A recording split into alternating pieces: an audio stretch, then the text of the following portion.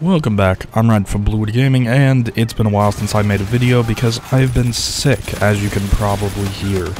Now, this video was actually supposed to go up on the 22nd, which was this last Saturday, but both Friday night, Saturday, and Sunday, it just hurt so much to talk that I couldn't even make this, and this video is probably going to be very short because I'm still sick. But, yeah, when I stop being sick and get back into making videos, it's going to be the Dark Souls 3 DLC and then Titanfall. But let's get into what this video is about, which is my thoughts on the Call of Duty beta. Now, first things first, I see that they're going with like 3 separate teams in this whole like choose your team, you upgrade, well, you level up inside that team and then you get bonuses for that team, and I think that that whole thing's stupid. I also don't like the way that they're going towards the more hero shooter route with the different kits that you can wear. I kind of wish that they just go back to you're a soldier, you get to choose your class, and then you go fight. Something that I've seen people kind of complain about in some of the animation changes, most specifically like reloading. I actually like the new reloading animation and some of the different animations like that because they seem slightly more realistic in a game that's not very realistic. The next thing is that they brought back some of the older weapons, and more specifically some of the older maps that have been in previous Call of Duty games, and quite frankly they do not work well with the movement abilities of Black Ops 3, which is the same movement system that they use here. The map that they have included in the beta that's from Modern Warfare 2 actually is Terminal. It's the one where you're at an airport terminal and you're fighting around. That map does not work very well with the abilities that you have from Black Ops 3. And that map really just falls flat. And the other maps that they made specifically for this don't really work all that well either. I just don't really like them. Although there is one map, the one where you're in a small little city. I do kind of like that one, but that's pretty much the only one out of all of them.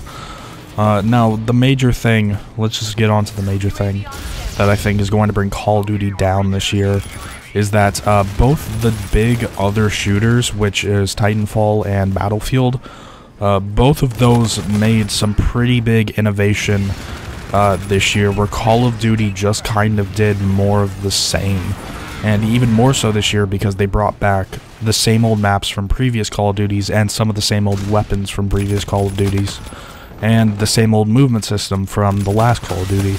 So it's Call of Duty's more of the same kind of attitude of if it's not broke, don't fix it, is not going to help this year, when Battlefield 1 went kind of innovative and went back to World War I, and it's doing really well so far as of the time of recording this.